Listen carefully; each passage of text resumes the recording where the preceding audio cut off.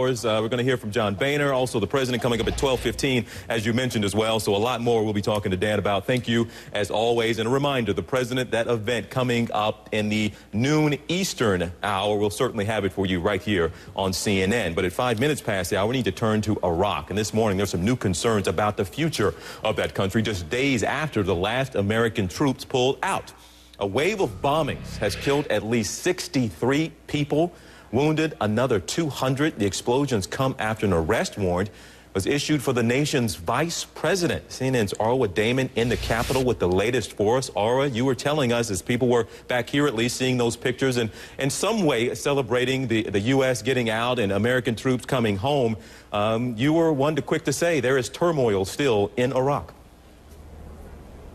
Yeah, and we were also quick to remind everyone that even though the war, militarily speaking, may have been over for the U.S., it most certainly is not for the Iraqis. And the violence today is really creating such a nightmare scenario for this nation, because it comes, as you were mentioning there briefly, as it seems that the government is collapsing like a house of cards. The explosions, the violence that took place here earlier this morning, 16 explosions, TJ, all of them happening within 2 hours during rush hour. They were targeting mostly civilians. One of the bombs went off just outside of a school as children were arriving, others in marketplaces, crowded intersections. No claim of responsibility just yet, but this restirring many fears amongst people about the stability of their country and the capabilities of the Iraqi security forces. That, coupled with the political instability taking place here right now, is really causing a lot of Iraqis to wonder what kind of an America the U.S. has really left behind, TJ.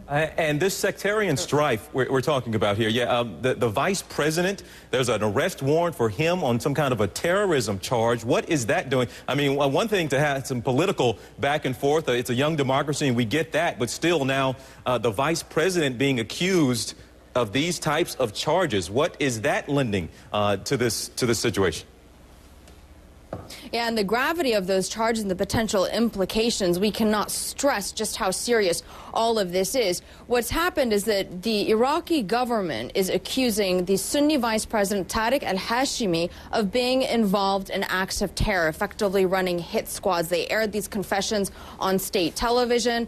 The vice president is now up in the semi-autonomous Iraqi region of Kurdistan, effectively being protected by the Kurds. The prime minister in a press conference is demanding that the Kurdish authorities hand him over to central Iraq. They, at this point, are not doing that. He, the vice president, is willing to stand trial, but saying that he wants it to happen in a neutral area like the Kurdish north. All of this is polarizing the government to such a degree that many are questioning whether or not the various political leaders are going to be able to dial back from the edge of this abyss. All right. Arwa Damon with the update on a violent day in Iraq. Thank you so much.